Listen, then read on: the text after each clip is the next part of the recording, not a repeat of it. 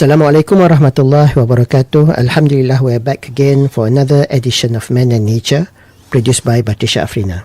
My name is Shaikh Saifuddeen by Shaikh Salleh, and I'm your host for the program. What do we have in store for everyone today? Inshallah, today we will be discussing another topic under our larger theme of sustainability, and that topic is sustainable energy use in the community. Definitely, today's discussion will not be complete without our special guest. And today we are fortunate to have with us in the studio Puan Azrina Sobian, who is Fellow at the Center for Science and Environment Studies, the Institute of Islamic Understanding Malaysia, or IKIM. Assalamualaikum and welcome to Man and Nature, Puan Azrina. Waalaikumsalam. Thank you for agreeing to join me in the studio today. Alright, let's get the ball rolling on our discussion. Okay. Our topic is sustainable energy use in the community. Before we go further into our discussion, perhaps my first question to you is, how does Islam guide us in the responsible use of natural resources, in particular energy? Okay. Assalamualaikum warahmatullahi ta'ala wabarakatuh. And a very good afternoon to all listeners of IKIMfm. First of all, I would like to say thank you very much, Dr. Shaikh, for inviting me to be part of this program. It's truly an honor to be here, and I pray that what we share today will be beneficial to all. Inshallah. To all listeners tuning in, whether you are at home, in the car, or at work, maybe in this afternoon, people work today, Dr. Shaikh. May Allah bless your day with peace, health, and barakah. Today we'll be talking about something very important on how we as Muslim can use energy more responsibility in line with our role as khalifah or caretakers of the earth. Inshallah, I hope this conversation will inspire all of us to think more deeply about our choices and how they reflect our values. Okay, in Islam, we believe that everything around us, like nature, water, air, energy, the sun, even the oil under the ground, is a gift from Allah. It's not something we truly own, Dr. Shaikh. We are just caretakers, or as we say in Arabic, khalifah. That means we have a duty to look after these resources and not misuse them. One of the key teaching in the Quran is to avoid waste. Allah says in Surah Al-A'raf, eat and drink, but do not waste. Surely Allah does not like those who waste. And this goes beyond just food and drink. It's also including energy. So if we leave the lights of fan running when we don't need them, or waste our petrol by letting the engines run for no reason, that's part of wastage, and it's something Islam clearly discourages. Okay, another principle is balance or mizan. Allah created the world in perfect balance, and it's our job not to disturb them. When we use too much energy or burn too much fuel or pollute the air, we upset the balance, and we can already see the effects today with climate change, floods, heat waves, and so on. And all these things affects our life. And let's not forget Nabi Muhammad sallallahu alaihi wasallam teaching. There should be neither harm nor the causing of harm. So if our action are causing harm to the environment and to others, especially the poor and the future generation, we need to seriously reflect and change our way. Islam also encourages syukur, gratitude. When we are careful with the blessing we receive, like the energies, switching off unnecessary appliances, or choosing cleaner alternative, we actually showing our syukur, thankfulness to Allah, and I think it's a form of worship in itself. So in short, Islam gives us a very clear guidance. The simple word would be: don't waste, live moderately, avoid harm, and be thankful. Even small action like saving water, walking instead of driving, I believe that can be becomes acts of ibadah, and if we do them with the right intention lah. Inshallah. Right, you have rightfully highlighted some of the guidance given by Islam based on certain principles like khalifah, also mizan, syukur, la darar wala dirar. So all these are definitely beautiful guidance laid down by Islam. But what are some of the practical ways a Muslim community can transition to sustainable energy resources? I mean, guidance is one thing, but in terms of practical, how do we do that? Okay, I believe there are many ways that we can as a Muslim community move toward using cleaner and more sustainable energy. Dr. Shaikh? Okay, let me share few simple and practical steps that we can follow. I have about 5 things that we can try to do. First, we can start with education and awareness. We need to remind our community that saving energy and protecting the environment is part of our duty as a Muslim. Our masjid can give khutbah on this topic. We can hold talks or even short campaign to help people understand how small changes that we make can show a big difference. The second one is to use solar energy in our buildings. One great example is using solar panels. I think everybody knows solar panels, especially on mosque rooftops or at community center. Solar energy is clean, renewable, and in many countries there are some incentive or financial support to install it, Dr. Shaikh. If our masjid runs on solar power, we are not just saving electricity bills, but also setting a positive example to everyone. The third one is to encourage community projects. We can also launch a small community initiative like installing solar street lights, starting a shared community garden, for example, that uses sustainable tools or promoting carpooling to events. This kind of project brings people together and show that being environmentally friendly is a team effort. The fourth one is to support eco-friendly businesses. We all consumers, and as consumers we have power. Our communities can choose to support businesses that use sustainable packaging, energy saving appliances, or ethical sourcing. This encourages more people to adopt greener practices. Okay, the last one is I think this is the most important Dr. Shaikh. Reduce first and then replace. Before we even think of switching energy sources, we should look at how to reduce our current usage. That could mean switching off unused appliances, using energy efficient bulbs, or choosing fans instead of air conditioner when possible. This action, as I said earlier, may seem small, but when done together as a community, they will create a big impact. All of this effort, Dr. Shaikh, reflect the Islamic values of, like I said earlier, to avoid waste, maintaining balance, and doing no harm. When we take care of the earth, we are showing our syukur, gratitude to Allah, and fulfilling our role as the khalifah. Inshallah.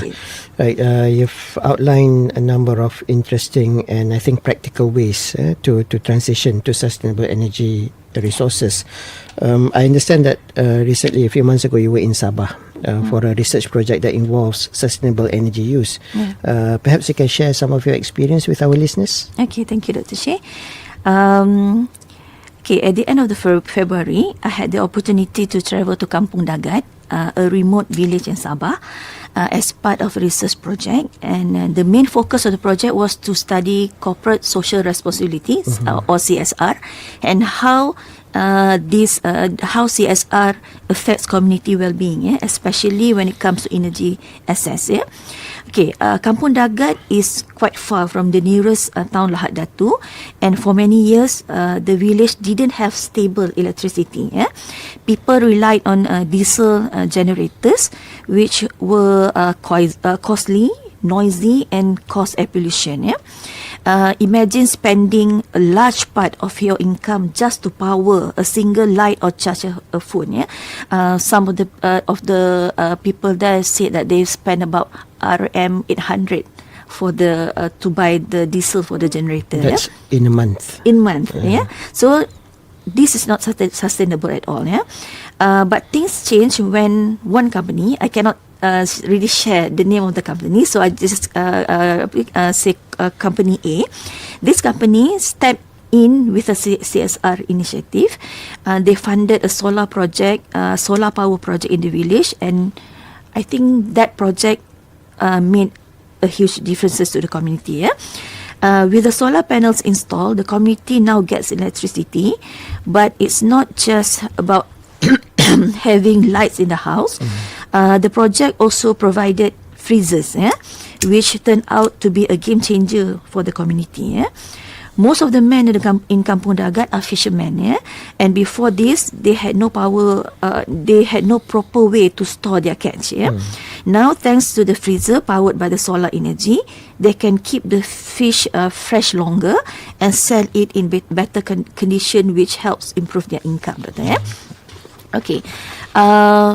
What really touched me was how grateful and welcoming the villagers were. Even though the project is small, the impact is big.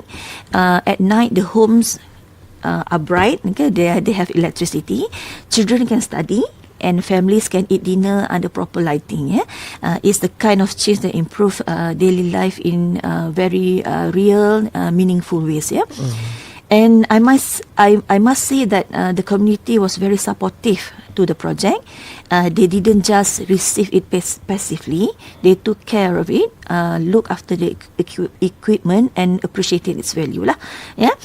So far, from what I saw, this is a great example of how sustainable energy and CSR can work hand in hand to bring long-term benefits to remote communities. And however, I also have to be honest, Dr. Shaikh, and say that while the project has clear benefits and impact, but the impact is still limited. The amount of electricity provided is quite small and not enough to meet all the needs of the community. For example, some homes still struggle to run basic appliances or use electricity for more than just lightning. They can't even use their periuk nasi to masak nasi lah to say. Okay. However, so while it's a great starting point, and the community is very grateful, there is still a lot of potential to grow. More support is needed, and either to expand the solar capacity or to develop additional infrastructure to the community. But I see this as a hopeful sign. It shows that even a modest project can make a difference, and it also highlights the importance of long-term planning and investment in remote areas like Kampung Dagat. Okay. After visiting the village, Dr. Shaikh, I came away with some deep reflection, Dr. First, I realized just how important electricity for development. Without energy, there is limited progress, and it affects everything. It affects education, health, safety, income, and even community activities. Energy access is not a luxury; it's a foundation for growth. I believe that. Yet, despite the challenges I saw in Kampung Dagat, something we sometimes forget in we living in the city, Doctor, is to bersyukur and for what we have. The people there in Kampung Dagat live simply, but meaningfully. They don't have much in terms of modern facilities, but their hearts are full. Their hospitality is warm. Their appreciation of a small blessing is sincere, and interestingly, many tourists are drawn to their peaceful way of life. Many tourists like to come to the kampung. Okay, it made me also it made me reflect on my own life, Dr. Shaikh. Many of us live in urban areas surrounded by modern technology, and all the comforts, all the high-tech technology. Yeah? But we often complain more and appreciate less. But Kampung Dagat reminded me that bersyukur, gratitude is not about how much we have, but it's about how deeply we value what we have. You know, and there are still many communities in our country like Kampung Dagat that are struggling silently. And while we talk about sustainability, smart homes or electric vehicles, yeah.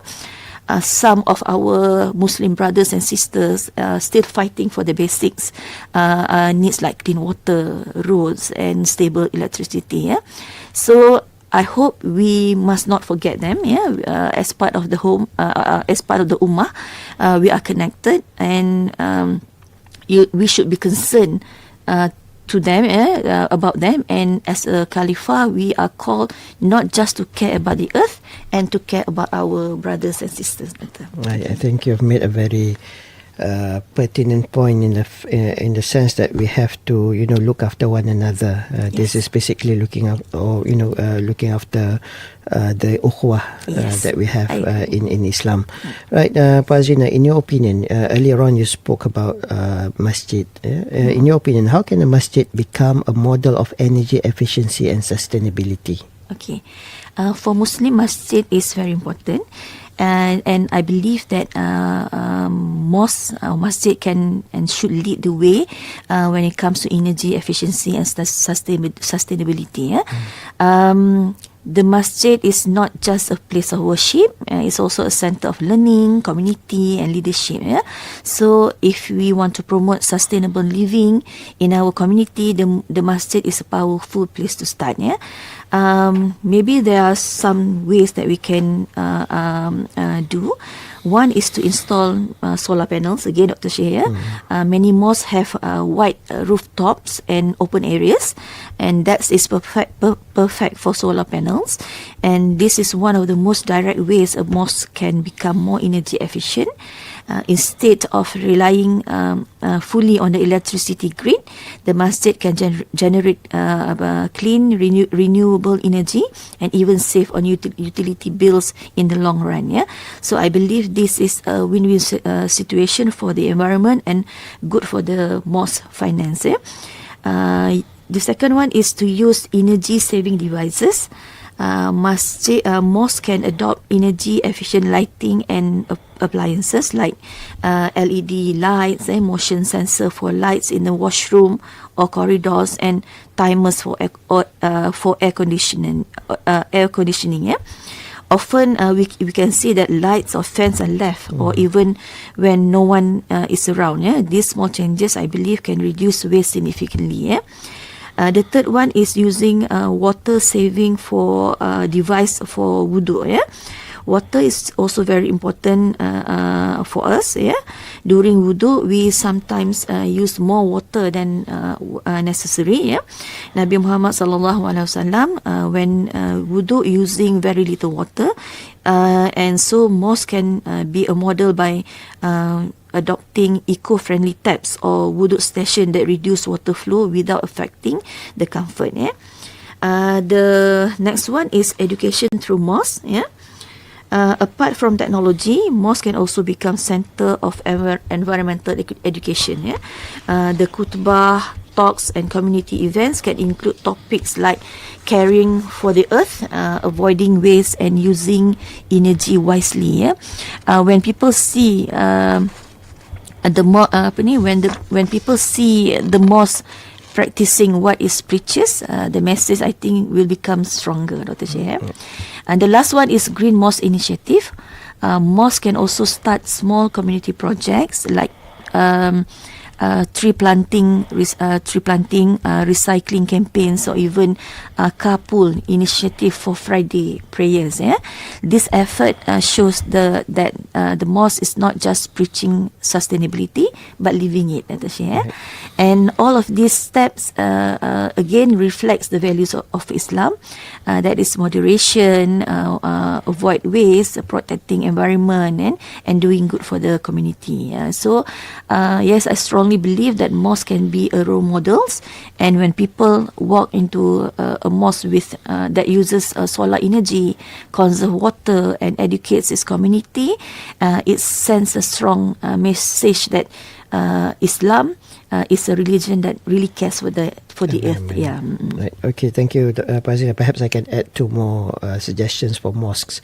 One is perhaps green water harvesting. We can rainwater harvesting. We can harvest the rain to be used for wudu, and also the water that has been used for wudu can be used for grey water harvesting, where it can be used for to water the plants in the compounds of the mosque.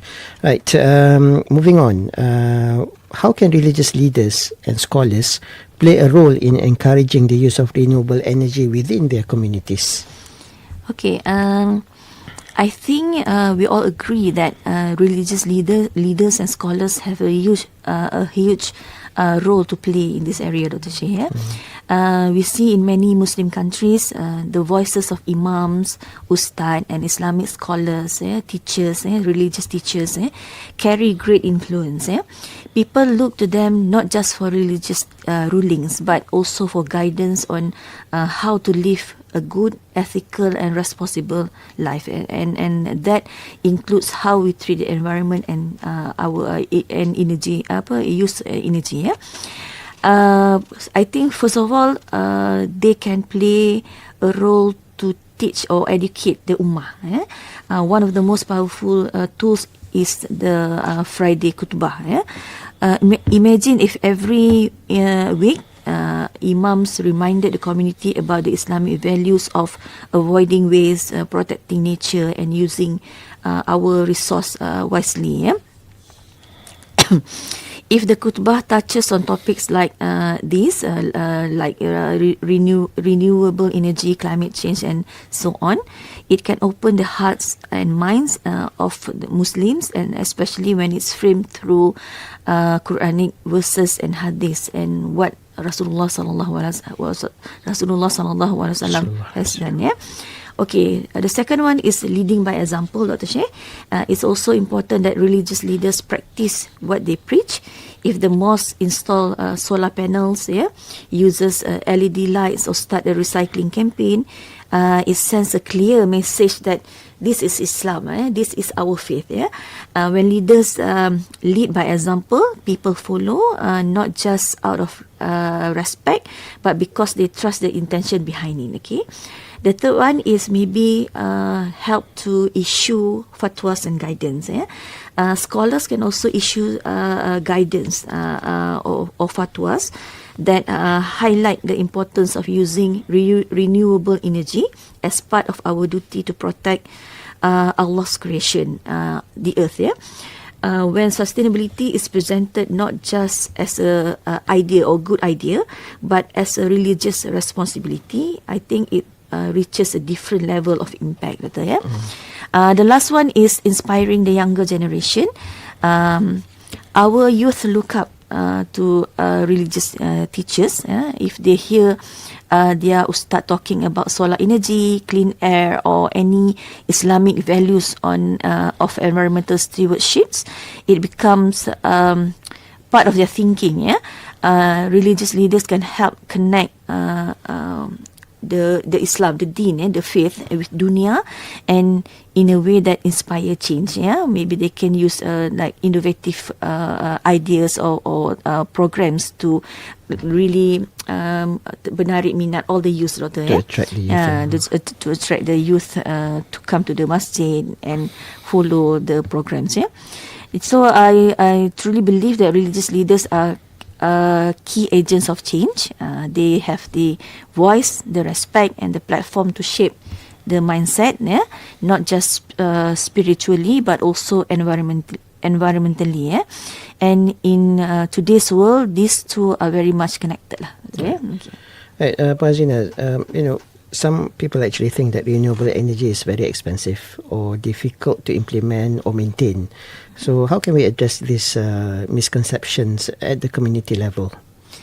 Okay, I agree that when people hear renewable energy, they often imagine something like high-tech expensive and out of reach technology or appliances, devices, and so on. But actually, that's not always true, and we need to start changing that mindset. We can start by creating awareness and education when many people still don't understand that what renewable energy really means. So at the community level, we need to hold simple practical information session, maybe after Friday prayers or during community events, where we explain that that energy includes things like solar panels, solar lamps, biogas, and even water powered turbines, depending on the areas. So we can start with creating awareness first, Dr. Shaikh. The second one is we can show real life example. One of the best way to break the misconception is by showing the real example. If even one home or one surau or small businesses in our area or in the kampung install solar panel or uses a solar powered solar freezer, and the people see that project is working, they will start believe it. Then maybe they can think, this is possible, Dr. Shaikh, that the real world proof is more convincing than any technical explanation. And sometimes the project doesn't have to be big like what we have in Kampung Dagat. Even something like a solar street light or a solar powered fence in the masjid can spark interest, I believe. Maybe the third one is highlight long-term saving. I agree that the initial cost of solar system can seem high, Dr. Shaikh, but what many people don't realize is that after installation, the running cost is very low because sunlight is free. It's God-given, Doctor. So we need to help communities compare the long-term benefits. For example, if they currently spend like RM300 a month on diesel, but with solar they spend RM maybe zero or just like minimal amount. Then, and if this is a very big saving over time, Dr. Shaikh. We should also share success story from other villages or communities, especially those in similar setting like rural or kampung areas. When people see these neighbors succeeding, it builds trust. Right. Maybe any story from local or international can be beneficial to the community. The last one is to explore government or NGO support. Another way to ease concern is to connect the community with support system. Many countries like Malaysia have government grants, incentive or NGO project that support solar system. For rural areas, community leaders can take the initiative to explore this option, apply for it, and guide the community through the process. And to sum it up, we can change the perception by educating the people, showing a simple success story, comparing the real cost and connecting the support channels. And it's important to always remind people that this is not just about saving money, it's also about protecting the environment, helping the next generation, and fulfilling our duty as khalifah. Right. Azrina, time is really not on our side. So perhaps one last question to you. What is your personal message to our listeners on making the right energy choices that reflect our duty as khalifah? Something that you've mentioned again and again in the program. How do we actually perform our duty as khalifah of the planet? Okay. As a Muslims, we are not just users of earth. We are have responsibility to take care of our environment. Allah has honored us with the role of khalifah, which means we have a duty to protect, preserve, and use the earth resources wisely. Every choice we make, whether it's turning off the lights, using public transport, or supporting solar energy, even just teaching our children to save electricity, I think it's part of that duty, the khalifah duty. It may seem small, but in the eyes of Allah, inshallah, even the smallest effort done with sincerity has great value. We often think of worship as only prayer, fasting, zakat, but making ethical, sustainable choices is also a form of ibadah. When we avoid wastage, when we protect the environment and think about our future generation, we are fulfilling the amanah that Allah has given us. So my simple and personal message would be, let's be more mindful. Let's live with purpose. Let's be the kind of khalifah that leaves the world better than we found it. Even one good habit, like for example, switching to energy saving appliances or reducing fuel use, can inspire others and bring blessing to our community, inshallah. Inshallah. Thank you very much, Azrina, for that summation of our discussion. I think you nicely wrapped up our discussion. But one thing that I'd like to again reiterate is something that you said, which is making ethical environmental choices is also an ibadah, or an act of worship. I think that's one important take-home point that we get from our discussion this afternoon. Again, thank you, Azrina, for sharing with us some very important points on the topic sustainable energy use in the community. I believe we have learnt a lot from our discussion today. Unfortunately, it looks like we have come to the end of our program for this week. I would like to thank again our special guest, Azrina binti Sobian, for gracing our program today. And until we meet again, my name is Sheikh Muhammad Saifuddeen bin Sheikh Muhammad Salleh, signing off until next week. Wabillahi taufiq wal hidayah. Wassalamualaikum warahmatullahi wabarakatuh.